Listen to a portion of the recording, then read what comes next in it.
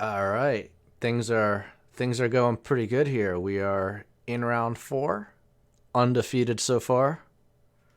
Let's see if we can keep that going. All right. So opponent wins the die roll. They are going to just lead off Tundra Go. And we also see that they've got Gyruda as their companion. So we know it's Blue-White Bomberman. We just go Island Go. Now they're going to go Seed of the Synod into Chalice on 1, which was part of the reason this opening hand was pretty good. Seeing that Gyruda, we knew that they were on Blue-White Bomberman, they were on Blue-White Bomberman. That's the only thing that plays Gyruda. So this Prismatic Ending was going to be pretty good for taking out an early Chalice if they had one, which they do. So, why don't we go ahead and take out the Chalice. Now they're going to go Saga into Malevolent Hermit. And let's slow down for a second in case anyone needs to see what this card does. It's kind of a new one.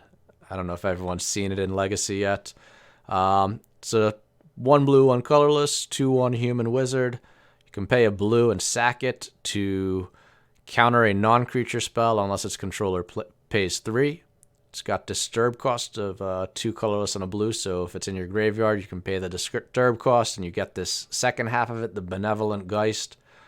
Non-creature spells you control can't be countered, and it's a 2/2 flying. So, yeah, decent value card for the deck, and most importantly, it has an even mana value, so they can play it.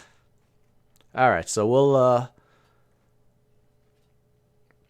what are we going to do here? First, we're going to plow the Hermit to clear the way for Brainstorm plus Fetch.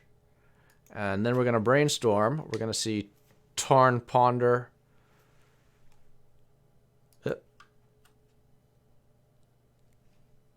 So yeah, we brainstormed. We play a Tarn, we crack a Tarn, we ponder. We're going to see land, 2 lands, and a plow. So we'll actually take one of those lands.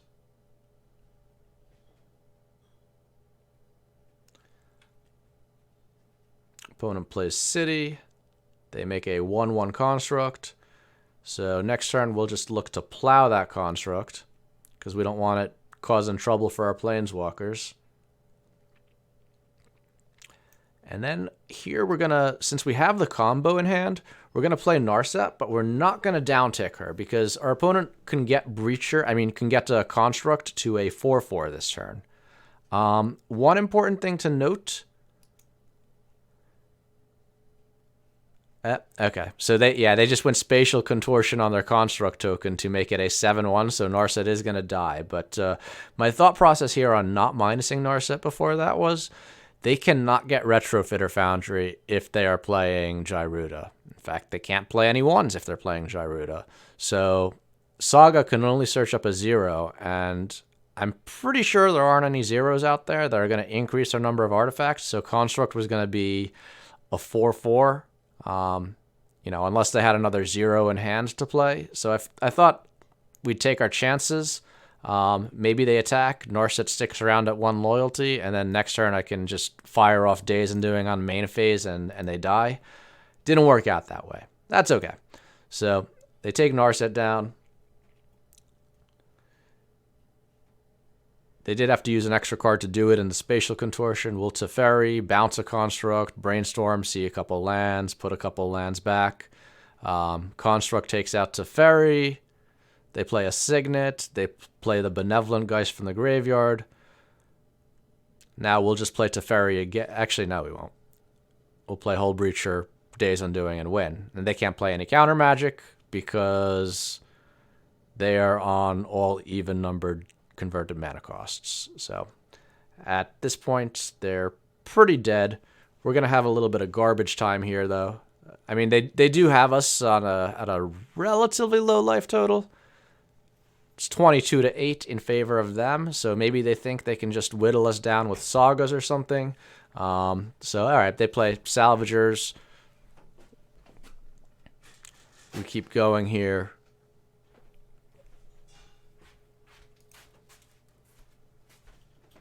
play another Teferi, bounce their card. Again, they have another Salvagers. They Spatial Contortion us. We'll just counter that off treasure tokens.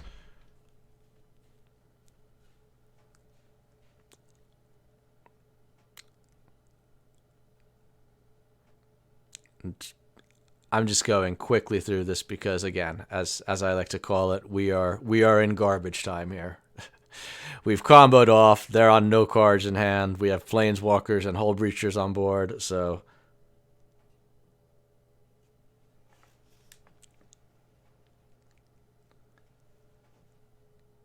Alright.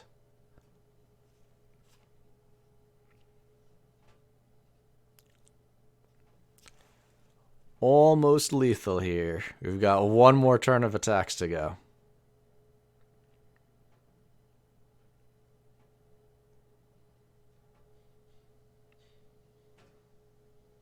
Down to 4, and they did get their Gyruda. Fire it off, except, ooh, dress down. No enters the battlefield trigger for you, and that will be all she wrote.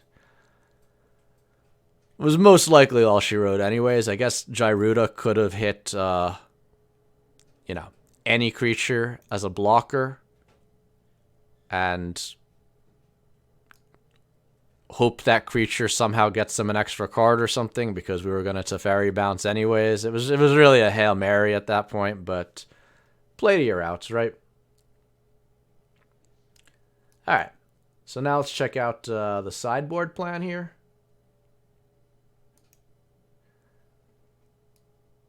And I actually just realized I had it up on the right-hand side of the screen while we were playing. So, spoiler. Maybe you already saw it, but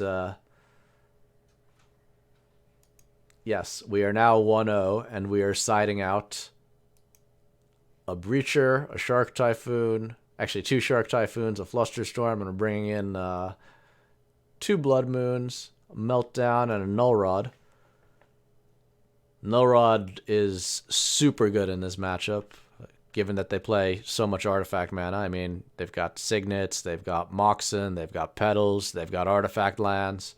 Blood Moon pretty good also. We saw 0 basics out of our opponent in game 1, so all of these are great lock pieces or haymakers that are coming in. So let's go to game number 2 now.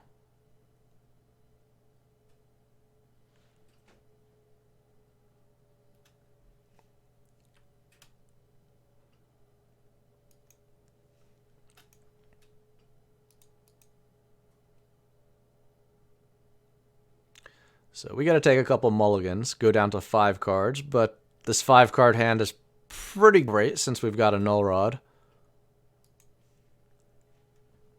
If I was going to keep a 5-card hand, and you told me it was guaranteed to have Null Rod, I'd go down to 5 cards. So they go Saga, pass. We'll draw Force of Negation, play Strand, pass. They'll go City. City, pass, with the intention of, making a construct on our turn. And we will slamma jam that Null Rod after we draw our Scalding Tarn for the turn. They make a construct. They can, I guess, make another construct here. Play some 0s and attack for 5. 0s that do nothing, but, they still pump the constructs. So here we've got a solid removal set up for both constructs, and then all our opponents are really going to have left is a City of Traders, since all those 0s do nothing. Plan is going to be to plow one construct, and then next turn to Fairy Bounce the other. Or I suppose now that we top decked a second plow, we could just double plow here.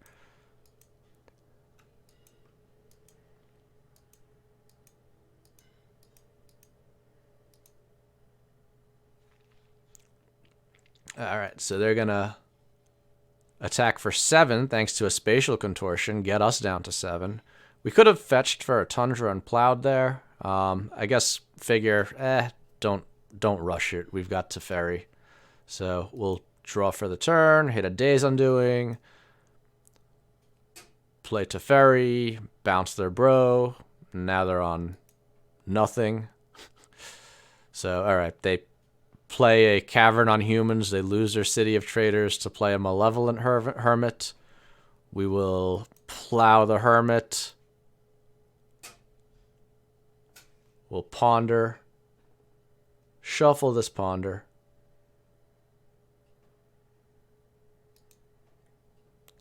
Get a prismatic ending off it.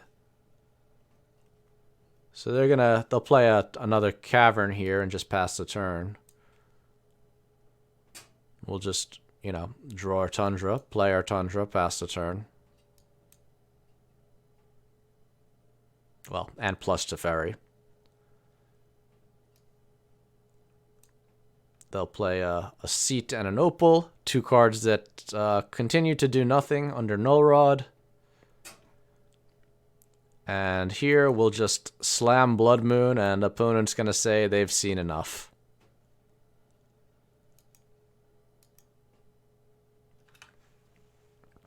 I guess they weren't casting anything under that moon. Well, between Moon and Null Rod, they weren't casting anything. So that's round 4 in the books.